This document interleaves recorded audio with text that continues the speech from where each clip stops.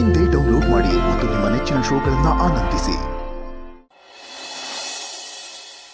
ಹೇಳಮ್ಮ, ಉತ್ತರ ಕೊಡು. ಯಾಕೆ ನಿರ್ಧಾರ ತಗೊಂಡೆ? ನನ್ನನ್ನಷ್ಟೇ ಕೇಳ್ತಿರತ್ತೆ, ಗೌತಮ್ ಅವ್ರನ್ನ ಕೇಳಲ್ವಾ? ಅವ್ರು ಯಾಕೆ ಇಲ್ಲಿದ್ದಾರೆ? ಎಲ್ಲ ಇತ್ತು, ಎಲ್ಲರೂ ಇತ್ತು, ಎಲ್ಲನೂ ಬಿಟ್ಟು ಅವ್ರು ಯಾಕೆ ಇಲ್ಲಿ ಬದುಕ್ತಿದ್ದಾರೆ? ಅಷ್ಟು ದೊಡ್ಡ ಬಿಸ್ನೆಸ್ ಇದ್ದು ಕ್ಯಾಬ್ ಡ್ರೈವರ್ ಆಗಿ ಯಾಕೆ ಕೆಲಸ ಮಾಡ್ತಿದ್ದಾರೆ ಅಂತ ಕೇಳಲ್ವಾ ಅತ್ತೆ? ನಾನೇನು ಕೇಳಲ್ಲಮ್ಮ. ನಾನು ಕೇಳೋ ಬದಲು ನಿನ್ನ ಸಮಸ್ಯೆನ ನೀನು, ಅವನ ಸಮಸ್ಯೆನ ಅವನು, ಇಬ್ರು ಕೂತ್ಕೊಂಡು ಮಾತಾಡ್ಕೊಂಡು ಬಗೆಹರಿಸ್ಕೋಬಹುದಲ್ವಾ? ಯಾಕೆ ಈ ಕೆಲಸನ ಮಾಡ್ತಿಲ್ಲ ನೀವು? ಎಷ್ಟು ದಿನ ಅಂತ ಹೀಗೆ ಇರಬೇಕು ಅಂತ ಅನ್ಕೊಂಡಿದ್ದೀರಾ? ಮಾತಲ್ಲಿ ಬಗೆಹರಿದೇ ಇರೋ ಸಮಸ್ಯೆನೇ ಇಲ್ಲಮ್ಮ. ಎರಡು ದೇಶಗಳ ಮಧ್ಯೆ ನಡೀತಾ ಇರೋ ಯುದ್ಧನೇ ಮಾತಿನಿಂದ ಬಗೆಹರಿಸ್ಕೋತಾರಂತೆ. ಇನ್ನಿದೆಲ್ಲ ಯಾವ ಲೆಕ್ಕ? ಮಾತಾಡಿ ಎಲ್ಲನೂ ಸರಿ ಮಾಡ್ಕೋಬಹುದಲ್ವಾ? ಮಾತಾಡೋದಕ್ಕೆ ಯಾಕೆ ಮೀನಾಮೀಷ ಎಣಿಸ್ತಾ ಇದ್ದೀರಾ? ಎಷ್ಟೋ ವರ್ಷ ಅವನ ಜೀವನದಲ್ಲಿ ನಾನಾಗಲಿ ನನ್ನ ಮಗಳು ಸುಧಾ ಆಗಲಿ ಯಾರೂ ಇರಲಿಲ್ಲ. ಕತ್ಲಲ್ಲಿದ್ದ ಅವನು.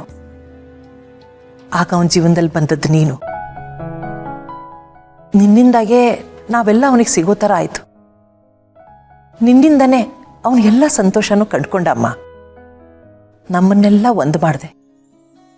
ಆದರೆ ಈಗ ನೀನೇ ಅವನಿಂದ ದೂರ ಇದೆಯಾ. ಹೀಗಿದ್ರೆ ನಾನು ಹೇಗಮ್ಮ ಸಂತೋಷವಾಗಿರಲಿ? ಹೇಗೆ ನೆಮ್ಮದಿಯಾಗಿರಲಿ? ನೀನಿಲ್ಲ ಅನ್ನೋ ಕೊರತೆ ನಮ್ಮನ್ನೆಲ್ಲ ಕಾಡ್ತಾ ಇದೆ.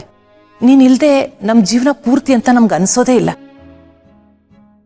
ಗುಂಡು ನೋವಲ್ಲಿದ್ದಾನೆ, ಅದು ನಿನ್ ಕಾಣಿಸ್ತಿಲ್ವಾ ಭೂಮಿಕಾ? ಇದನ್ನೆಲ್ಲ ಇಲ್ಲಿಗೆ ನಿಲ್ಲಿಸ್ಬಿಡಮ್ಮ. ಒಂದ್ಸಾರಿ ನಿನ್ನ ಮನಸ್ಸನ್ನ ಬದಲಾಯಿಸಿ ಅವನ ಹತ್ರ ಮಾತಾಡು. ನೀವಿಬ್ರು ಮಾತಾಡ್ಕೊಂಡು ಒಂದಾಗಿ. ಅವನು ಗೊತ್ತೋ ಗೊತ್ತಿಲ್ದೇನೋ ಏನಾದರೂ ತಪ್ಪು ಮಾಡಿರಬಹುದು, ಆದರೆ ಉದ್ದೇಶಪೂರ್ವಕವಾಗಂತೂ ಮಾಡಿರಲ್ಲಮ್ಮ. ಅವನನ್ನು ಕ್ಷಮಿಸ್ಬಿಡು. ಅವನ ತಪ್ಪನ್ನ ಸರಿಪಡಿಸ್ಕೊಳ್ಳೋದಕ್ಕೆ ಒಂದು ಅವಕಾಶ ಮಾಡಿಕೊಡು. ಇಷ್ಟೇ ನಾನು ನಿನ್ನನ್ನು ಕೇಳ್ಕೊಳ್ಳೋದು. ದೊಡ್ಡ ಮನಸ್ಸು ಮಾಡಮ್ಮ. ನೀನು ಹೀಗಿರಬೇಡ. ಸಾರಿ ಅತ್ತ, ಈ ಒಂದು ವಿಷಯ ಬಿಟ್ಟು ಇನ್ನೇನು ಬೇಕಾದ್ರೂ ಕೇಳಿ ನಾನು ಮಾಡ್ತೇನೆ. ನಾನು ಯಾಕೆ ಮನೆ ಬಿಟ್ಟು ಬಂದೆ ಅಂತ ಅವರು ಗೊತ್ತು.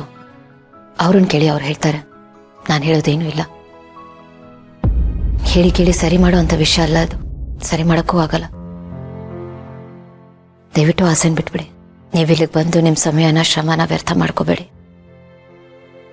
ಪದೇ ಪದೇ ಬಂದು ಕೇಳಿದ್ರೆ ನಿಮಗೂ ಬೇಜಾರಾಗುತ್ತೆ. ನಾನು ಹಠ ಮಾಡ್ತಿದ್ದೀನಿ ಅಂತ ಅನ್ಸುತ್ತೆ.